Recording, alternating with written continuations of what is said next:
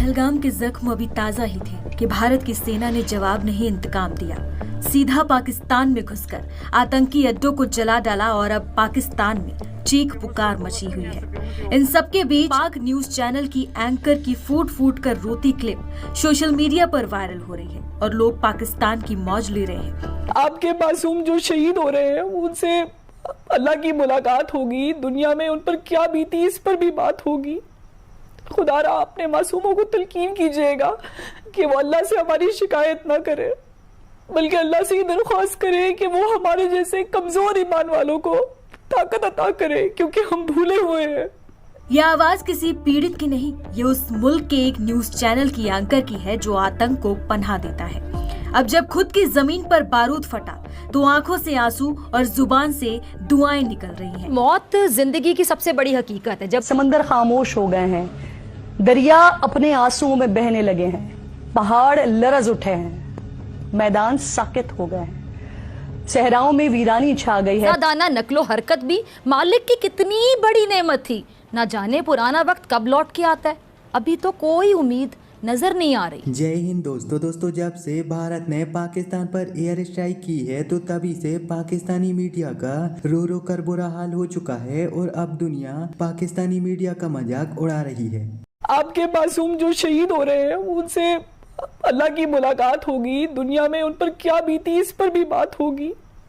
खुदारा अपने मासूमों को तलकीन कीजिएगा कि वो अल्लाह से हमारी शिकायत ना करे, बल्कि अल्लाह से ये दरख्वास्त करे कि वो हमारे जैसे कमजोर ईमान वालों को ताकत अता करे, क्योंकि हम भूले हुए हैं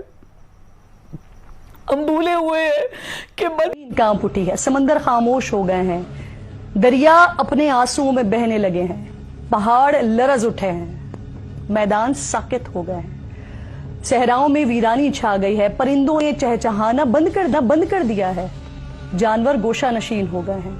अब दरअसल आज के समय पाकिस्तानी मीडिया की एक वीडियो इंटरनेट पर बहुत ही ज्यादा तेजी से वायरल हो रही है, जिसमें एक पाकिस्तानी न्यूज एंकर भारत के द्वारा किए जाने वाले अटैक के बाद रोती हुई नजर आ रही है और वह अजीब अजीब बातें कर रही है। भारत के जोरदार प्रहार और खतरनाक बदले को देखकर पाकिस्तानी मीडिया पूरी तरह से पागल हो गई है और अजीब अजीब बातें करके दुनिया भर में हंसी का पात्र बन रही है। एक तो पाकिस्तानी मीडिया पहले से ही पूरी दुनिया में झूठा प्रोपोगेंडा फैलाने में और फालतू बातें करने में मशहूर है, और इसके बाद जब से भारत ने एयर स्ट्राइक की है तो इन पाकिस्तानी एंकरों का पागलपन बहुत ही ज्यादा बढ़ चढ़कर सामने आ रहा है और इसीलिए अब भारत से लेकर वेस्टर्न कंट्रियों तक के लोग इनका मजाक उड़ा रहे हैं। पाकिस्तानी मीडिया के न्यूज एंकर रोते हुए चिल्लाते हुए फालतू बातें कर रहे हैं, बहकी बातें कर रहे हैं और पूरी दुनिया को यह दिखा रहे हैं कि भारत के इस स्ट्राइक का हमारे दिमाग पर असर पड़ा है। चाहे फिर वह फिजा खान हो, किरण नाज हो या फिर कोई अन्य पाकिस्तानी जर्नलिस्ट हो,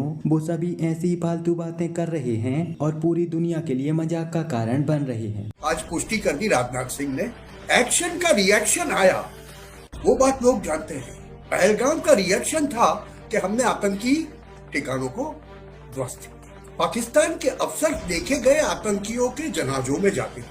पाकिस्तान आतंकियों को छोड़ेगा नहीं, अपने साथ में ही रखेगा। कि पाकिस्तानी गवर्नमेंट ने मिसाइल्स और ड्रोन्स के द्वारा भारत के कई शहरों के ऊपर कल रात को भारत की तरह ही हमले करने की कोशिश की।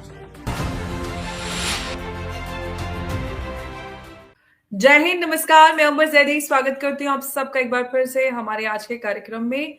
और जैसे कि हम सब जानते हैं कि पहलगाम के बाद भारत ने पाकिस्तान के अंदर 9 आतंकी ठिकानों को ध्वस्त किया और उसके बाद अभी भी जो ऑपरेशन है वो जारी है। इस कहा जा रहा है कि ये अब जो ऑपरेशन सिंदूर था ये कंटिन्यू हो रहा है और कुछ लोग ये भी कह रहे हैं कि ये ऑपरेशन सिंदूर 2.0 है। कई सारी चीजें सामने हैं, क्या हुआ, कैसे हुआ, कई सारे बड़े सवाल हैं। अभी हमारे जो ऑफिशियल्स हैं वो आकर बता रहे हैं कि क्या हुआ है और कैसे, बल्कि पाकिस्तान जो आईएसआई है उसने तो तभी आधी रात से ही प्रोपेगेंडा और अपना नैरेटिव पैदल करना शुरू कर दिया था। लेकिन इसको डिटेल में समझेंगे क्या कैसे हुआ, लोगों की जानकारी के लिए, समझ के लिए, और इस पर बात करने के लिए हमारे साथ मौजूद हैं हिमांशु भट्ट जी, सीनियर जर्नलिस्ट हैं। उनसे इस पूरे मामले को समझेंगे। सर, बहुत बहुत स्वागत है आपका। जय हिंद, नमस्कार। नमस्कार अंबर जी, दर्शकों को भी खूब खूब नमस्कार। सर, आप इस पूरे जो मामला है पहलगाम के बाद जिस तरह से भारत और पाकिस्तान के बीच ये एस्केलेशन की ओर पूरा मामला जाता हुआ नजर आ रहा है, जो भारत ने एयर स्ट्राइक की पाकिस्तान के अंदर 9 आतंकी ठिकानों पर, उसके बाद में ये भी कहा जा रहा है कि जम्मू कश्मीर के अंदर पुंछ में हमारे सिविलियंस को टारगेट किया गया, जहां पर अब तक 15 से ज्यादा सिविलियंस मारे गए हैं, जिसमें मासूम बच्चे भी शामिल हैं, गुरुद्वारों को भी शामिल उसमें टारगेट किया गया है। और भी पंजाब से भी खबर आ रही है, कई जगहों पे उन्होंने टारगेट किया। हालांकि उसको पूरी तरह से हमारी सेना ने ध्वस्त कर दिया। इनफैक्ट लाहौर और पाकिस्तान के अंदर 9 ठिकानों को वहां पर ड्रोन स्ट्राइक की गई और उनका एयर डिफेंस सिस्टम ही उड़ गया। इस पूरे सर मसले को थोड़ा सा दर्शकों की जानकारी के लिए आप थोड़ा सा इजी शब्दों में समझा दीजिए, क्या कैसे हुआ ये सारा कुछ। अंबर जी, बात शुरू करते हैं हम। लोगों को, सबको, दर्शकों को सबको पता है कि ऑपरेशन सिंदूर हो गया। अभी ऑपरेशन सिंदूर 9 ठिकानों पे 21 जगहों पे हुआ, 21 टारगेट को हिट किया गया। अभी उसके बाद हम समझ रहे थे कि भारत सरकार ने ऑपरेशन सिंदूर खत्म कर दिया, मगर वो नहीं हुआ है। उसकी आज पुष्टि कर दी राजनाथ सिंह ने। आज जो सर्वदलीय बैठक थी उसमें उन्होंने कहा कि operation Sindoor is still going on. मगर उसके ये दो के बीच के 24 घंटे बहुत महत्वपूर्ण होते हैं। वो कैसे कि एक्शन का रिएक्शन आया, वो बात लोग जानते हैं। पहलगाम का रिएक्शन था कि हमने आतंकी ठिकानों को ध्वस्त किया। अभी उसके साथ में ये खत्म हो जाना चाहिए था, हुआ नहीं। पाकिस्तान के अफसर देखे गए आतंकियों के जनाजों में जाते हुए। मतलब ये एक बात तो स्पष्ट हो गई कि पाकिस्तान आतंकियों को छोड़ेगा नहीं, अपने साथ में ही रखेगा।